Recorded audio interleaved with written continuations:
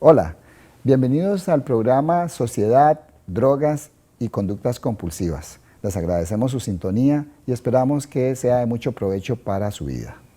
El tema de hoy está relacionado con habilidades para el acompañamiento familiar. Cuando hablamos de habilidades para acompañamiento familiar, es necesario resaltar que cuando una persona es usuaria de drogas, es común que sus decisiones tengan impacto en los familiares, en los miembros de la familia, personas allegadas o conocidas con las que se relaciona esta persona. Uno de los aspectos que influyen a los familiares o allegados son los prejuicios sociales y estigmas morales o jurídicos que llevan a encasillar a todos los usuarios en la etiqueta catastrófica de flagelo, lo cual es cierto para algunos casos y sobre todo aquellos casos en los que las personas desarrollan un síndrome de dependencia muy severo que los lleva a tener consecuencias dramáticas en sus vidas. Pero debemos de tener mucho cuidado y no creer erróneamente que por el hecho de afectar a unos de esa manera crónica, tendamos a generalizar esa conducta a todas las demás personas que usan sustancias psicoactivas, alcohol, tabaco, cannabis, cocaína, ya que sería un sesgo o se caería en una inadecuada interpretación de lo que le sucede a nuestro allegado, quien puede estar en un nivel de severidad diferente al crónico. Es decir, si una persona está en consumo ocasional, no lo vamos a ayudar presionándolo a generar cambios radicales como si estuviera en una conducta descontrolada severa, porque las medidas a tomar en cada caso deben ser adecuadas al nivel de severidad del consumo que tenga el familiar usuario. Estas interpretaciones y prejuicios culturales producen miedos, inseguridades e incertidumbres y llevan a confusiones, más aún si se ha tenido alguna experiencia dañina anterior con algún otro familiar o algún otro conocido. De ahí la importancia de desarrollar habilidades para un acompañamiento adecuado a la persona que usa drogas de manera ocasional, perjudicial o en síndrome de dependencia, según sea el nivel de severidad que ésta mantenga. Por eso es importante que el acompañante, familiar, pareja, amigo, amiga o profesional pueda tener algunas habilidades básicas para que sean de una forma adecuada, sanas en el proceso de ayuda social a la persona que consume sustancias psicoactivas. En ese sentido, recomendamos 4 habilidades básicas: acuerdos de límites, asertividad, resolución de conflictos y autocuidado. La primera recomendación tiene que ver que cuando estamos hablando de habilidades para poner límites, nos referimos a generar desde una perspectiva de un vínculo afectivo sano, una estructura de horarios para dormir, levantarse, salir, estudiar, divertirse o asistir a grupos de ayuda mutua o congregarse religiosamente. Acuerdos de permisos en el caso de que el familiar sea persona menor de edad o dependa económicamente de las personas cabezas de hogar. En una relación de derechos, entendidos los derechos como aquellos principios y normas con sentido de justicia y orden que regulan las relaciones familiares y sociales, y también deberes, que son aquellas obligaciones de corresponder a los otros desde el respeto, la gratitud y la consideración de responsabilidades en las relaciones humanas con los demás. Estos límites implican fronteras en las relaciones de libertad que tienen los miembros de un sistema social, permitiendo una sana convivencia. En segundo lugar, la asertividad es una habilidad comunicativa que es diferente a la pasividad. Pasividad significa no expresar nuestros puntos de vista o incomodidades y interiorizarlos, reprimirlos. O también la asertividad es diferente a la agresividad, que es imponer nuestros puntos de vista al otro, sin importarnos lo que piensa el otro. Entonces, ser asertivo es la capacidad de expresar acuerdos y desacuerdos respetando al otro y pidiendo respeto por las propias necesidades y decisiones. Este tipo de comunicación es importante porque nos permite empatía al entender los puntos de vista o mensajes que vienen del otro y que el otro entienda los míos. Como tercera recomendación con respecto a la habilidad de resolución de conflictos, esta se define como la capacidad mutua de arreglar desacuerdos desde la tolerancia de la opinión del otro, en una solución que considere ambos puntos de vista, y esto es importante sobre todo con los padres de familia, ya que existe la tendencia a caer en el adultocentrismo, es decir, creer que todo lo que mi hijo haga debe obedecer a lo que yo pienso que es correcto, sin importar la opinión de mi hijo. Esto es un error cognitivo-cultural de parte de los padres, al considerar como inmaduro y poco relevante el punto de vista de los hijos o hijas. En ese sentido, recomendamos que las decisiones sean construidas entre padres e hijos a través de la comunicación asertiva, adecuada, partiendo de la escucha atenta de lo que dice y necesita el otro y de la búsqueda de soluciones consensuadas, ya que cuando la persona usuaria se siente partícipe de la solución, se compromete más con los acuerdos y responde mejor a las consecuencias de los incumplimientos de los mismos. Por último, quizás la habilidad más importante para los familiares que necesitan desarrollar es que en la relación con la persona que consume drogas se trata del autocuidado, es el autocuidado, que podríamos definirlo como la actitud de conservar la propia salud y cuidarse primero a sí mismos, previniendo la sobreinvolucración en la vida de la persona usuaria de drogas. Cada uno, familiar, amigos y usuarios de drogas, deben responder a las consecuencias de sus decisiones y actos, de modo que exista una diferenciación psicológica que permita al acompañante evitar la tendencia a hacerse cargo o vivir la vida del consumidor de drogas. Recomendamos tomar decisiones de autocuidado según la afectación o daño que provoque la conducta de la persona que consume drogas en el orden y funcionamiento del hogar o en las relaciones interfamiliares. El autocuidado puede presentarse en varios escenarios, desde protegerse ante conductas de agresión como gritos, golpes, presiones para dar dinero, hasta protegerse ante robos de objetos de la casa o pertenencias del acompañante. En estos casos, recomendamos intentar resolver primero los conflictos con una comunicación asertiva y asunción de responsabilidades. Y si esos intentos no dan el resultado esperado correctivo, acudir a instancias jurídicas como órdenes de restricción para proteger la salud personal y familiar. El bienestar del grupo familiar o individual debe estar primero que el apoyo al familiar consumidor en el caso que el usuario de drogas no manifieste cambios y respeto por los derechos de los otros. Otro escenario común es cuando el familiar consumidor no manifiesta conductas agresivas de robos o incumplimientos de acuerdos y sin embargo consume drogas.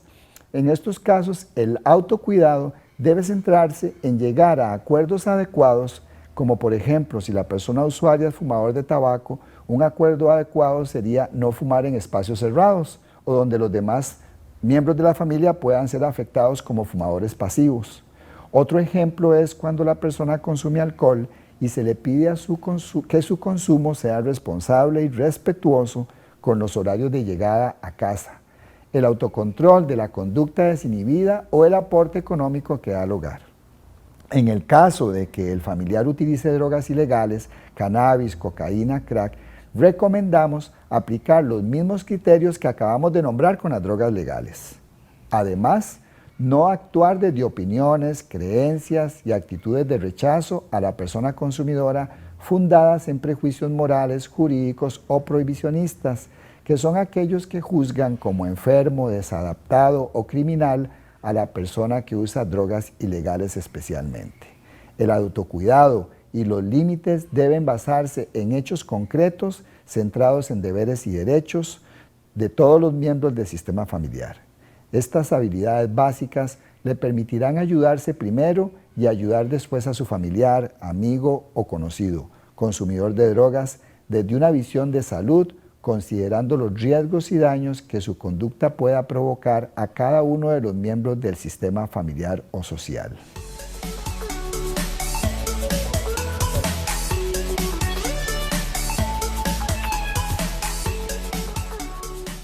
Seguiremos con otras recomendaciones para los familiares y en este caso vamos a hablar del concepto de formación de bloque entre familiares y acompañantes a la persona usuaria de drogas. En ese sentido, una de las preguntas comunes entre familiares y allegados es ¿cómo ponerse de acuerdo para acompañar al familiar usuario de drogas y afrontar esta circunstancia que suele encender las alarmas negativamente? Recomendamos lo que el psicólogo colombiano José Arturo Luna llama formación de bloque, es decir, unirse. Los familiares necesitan acordar algunas acciones conjuntas, no contradictorias entre sí.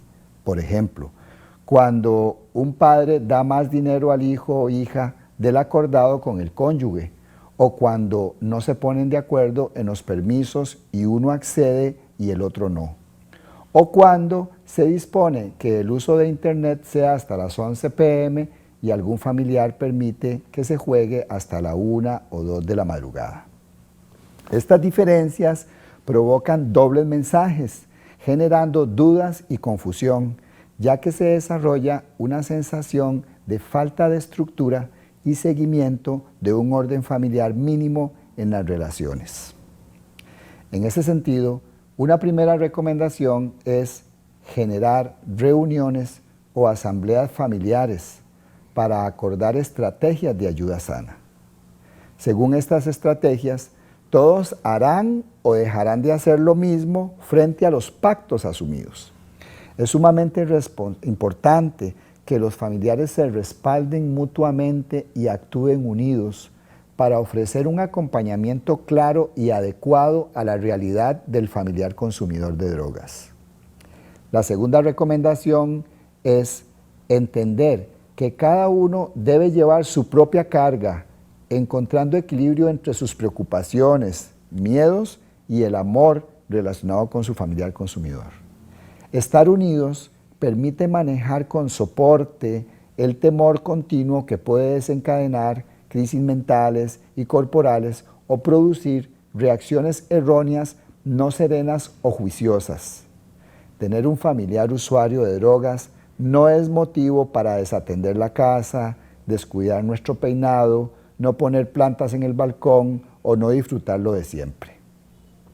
No se puede parar el flujo de la vida y hacerlo con la propia es autodañino. Parafraseando a la psicóloga alemana Elisabeth Lucas, pongamos a nuestro familiar consumidor en manos de su destino. Ningún esfuerzo de control de sus allegados conseguirá impedir las consecuencias de sus decisiones. Solo su propia firmeza y convicción lo llevarán por elecciones de calidad de vida. Enfrentémonos sin temor y aprovechemos las oportunidades del presente común que compartimos con él. Como tercera recomendación, para formar bloque entre familiares, les sugerimos evitar la trampa de echar la culpa al otro, es decir, conscientemente y por acuerdos, no empeorar la situación con discusiones innecesarias. Nunca nadie es culpable de la decisión de otro, sino únicamente de las decisiones erróneas propias, y es con estas con las que cada uno tiene que tratar, ya que no necesita que nadie se las eche en cara. Elisabeth Lucas, 2005. Nadie puede atenuar los problemas del consumidor.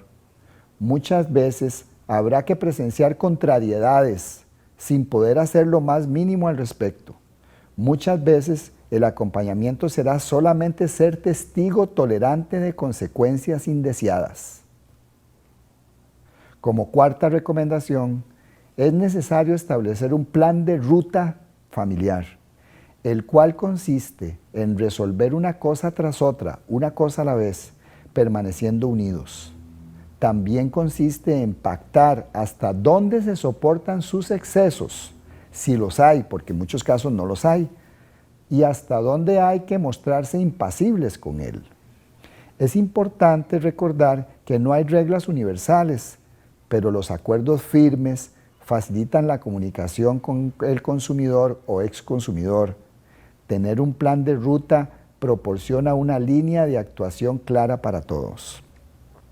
Una quinta recomendación que queremos darles es no excluir, sino incluir a la persona consumidora en la toma de decisiones y el establecimiento de consecuencias y reconocimientos, considerando los derechos, entendidos, repetimos, como principios y normas con sentido de justicia y orden que regulan las relaciones familiares y sociales, y deberes, entendidos como obligaciones de corresponder a los otros desde el respeto, la gratitud y la consideración de responsabilidades en las relaciones humanas con los demás, de todos los involucrados. Una práctica excluyente muy común es expulsar a la persona de la casa sin causa dañina justificada, solo por el hecho de descubrir que consume drogas, en especial cuando se trata de drogas ilegales. Como sexta recomendación, sugerimos apoyar, no castigar. Esto forma parte de una campaña mundial que tiene varios años de estar desarrollándose. Apoyar es escuchar, entender y respetar las necesidades, conflictos y escogencias de la persona consumidora. Apoyar es ofrecer alternativas ajustadas a su realidad. Recordemos que en los programas anteriores hemos estado hablando de que cada persona mantiene una severidad específica, cada una tiene una motivación al cambio específica y cada una puede tener además otras condiciones adjuntas como depresión, ansiedad, entre otros.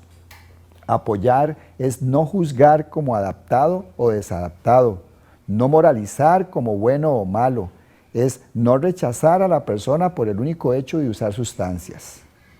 Apoyar es respetar y escuchar, reconociendo su derecho, pero también apoyar es pedir cumplimiento de deberes en la relación. Por ejemplo, la persona se le puede pedir que aporte a la economía familiar, que trabaje, que estudie. Se le pide tener niveles de funcionalidad, ya sea que la persona se encuentre en abstinencia o consumo regulado o un consumo activo. Como séptima recomendación para un bloque familiar productivo, es importante ofrecer acompañamiento constante en las decisiones de abstinencia, consumo responsable o regulado y entender que no todo tratamiento debe ser acudir a un internamiento en centro residencial, el cual se recomienda en especial cuando el consumidor ha desarrollado un síndrome de dependencia severo que lo lleva a no lograr manejar los disparadores de recaída. Existen otras alternativas de tratamiento ambulatorio antes del internamiento residencial, tales como grupos de 12 pasos de Alcohólicos Anónimos, de Narcóticos Anónimos, asistencia a los centros de atención integral en drogas, a los CAIS de IAFA, equipos interdisciplinarios de la Caja Costarricense de Seguro Social que se llaman EISAN, los grupos de la iglesia o ministerios religiosos, la consejería en consumo de drogas o la psicoterapia. Como octavo punto, sugerimos respetar las decisiones del usuario de sustancias psicoactivas y apoyar desde la consideración y medición de hasta dónde el consumo de la persona me afecta, siempre tomando decisiones de autocuidado en formación de bloque, evitando encasillamientos, pensamientos catastróficos que no se apeguen a la realidad e interviniendo las realidades que sean problemáticas y generen afectación al bloque familiar o de acompañantes.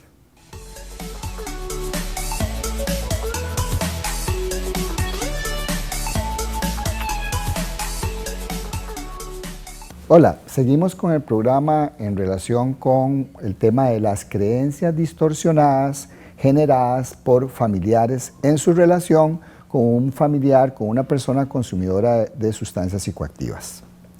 Y en ese sentido, queremos hablar primero de que la terapia racional emotiva conductual que fue creada por Albert Ellis, es la que cuenta con mayor evidencia científica para el acompañamiento terapéutico de las personas usuarias de sustancias psicoactivas y sus familiares y allegados. Se parte en esta terapia del supuesto de que las creencias de las personas son los pensamientos son las que producen los sentimientos perturbadores y a la vez los sentimientos producen las conductas perjudiciales. Por ejemplo, una persona puede repetirse a sí mismo la creencia, el pensamiento constante de que la vida no tiene sentido. Ese pensamiento posiblemente generará un sentimiento de tristeza, vacío existencial o frustración. Y a la vez, ese sentimiento será la base de la conducta de dormir, la conducta depresiva de dormir mucho tiempo, estar aislado de los demás y tener un comportamiento depresivo. Vamos a citar algunas creencias distorsionadas que manejan los familiares de personas usuarias consumidoras de drogas, que les impiden vivir sus propias vidas plenamente y ejercer un acompañamiento respetuoso que fortalezca la autonomía, responsabilidad, práctica de derechos y deberes de sus familiares usuarios de drogas. La primera creencia distorsionada que los familiares tienen es: los padres deben de darlo todo sin esperar nada a cambio. Este pensamiento los puede llevar a descuidar su propia salud psicosocial al concentrarse en la vida de su hijo consumidor. En realidad, el pensamiento sano es decirse a sí mismos: poner condiciones ayuda a ser responsable a mi hijo o hija.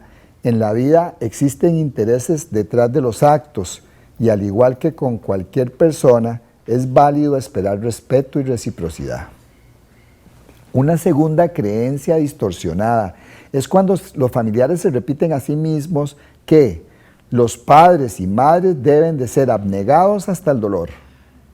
La reestructuración de esta creencia irracional ayuda a la persona a decirse a sí misma un pensamiento más realista como este: los padres y madres son seres humanos con derechos y límites y nadie debe ser perfecto. Los padres no son mártires de sus hijos o hijas. La tercera creencia que queremos nombrar es la siguiente: los padres y madres deben de seguir resolviendo la vida de los hijos o asumir las consecuencias de los actos de ellos, aunque estos sean adultos. La reestructuración de esta creencia falsa o dañina ayuda a la persona a decirse a sí misma en su relación con su familiar un pensamiento más lógico y acorde con la realidad adulta. Esta es: lo único de lo que soy responsable es de mis propios actos, no de los actos de mis hijos. Eso es una ilusión de grandeza. Resolverle no es ayudarlo, sobre todo si son adultos. La cuarta creencia distorsionada es: yo soy responsable del bienestar o pérdida de salud de mis hijos adultos. En realidad, el pensamiento correcto y práctico para relacionarse con un hijo adulto es el siguiente: adulto significa plenitud de crecimiento y desarrollo, y el respeto significa desapego. También existen una serie de creencias inútiles que generan miedo y angustia, provocando una visión negativa y catastrófica sobre el futuro.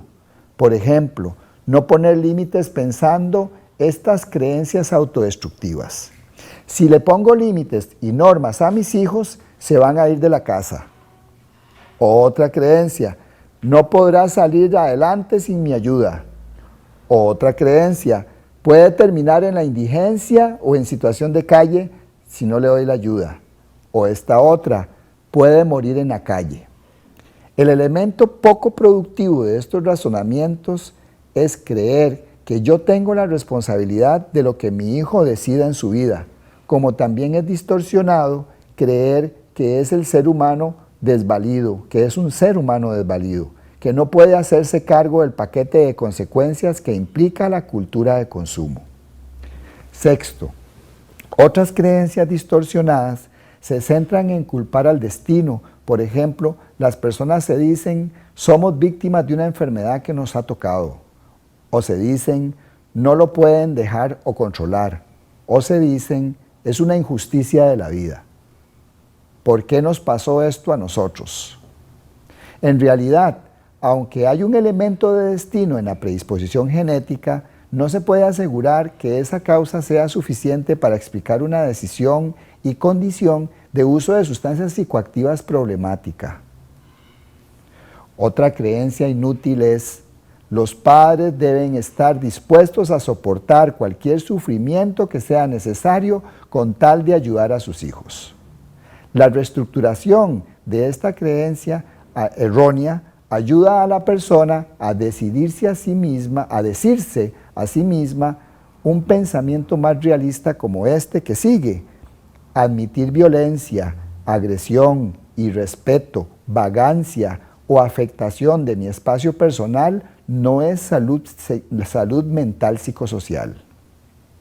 Otra creencia que desarrollan las parejas especialmente frente a esta condición es: si lo amo o la amo de verdad, debo comprenderlo y tolerarle todo, aunque su conducta me haga daño. La reestructuración de esta creencia autodañina ayuda a la persona a decirse a sí misma un pensamiento más realista como este: no es sano dejar de amarse a sí mismo por amar al otro. Comprenderlo no significa hacerme cargo de sus consecuencias o sacrificar mis necesidades. En el amor saludable, mi dignidad personal está primero. Si los familiares no reconocen estas creencias autodañinas, caen normalmente en parálisis, facilitación y confusión generalizada en sus propias vidas. Es sano construir junto con su familiar usuario de drogas límites adecuados en un contexto de autocuidado, respeto por las decisiones y derechos humanos de cada miembro de la familia, tolerancia a las diferencias y potenciación de la autonomía y responsabilidad de todos los miembros del sistema familiar.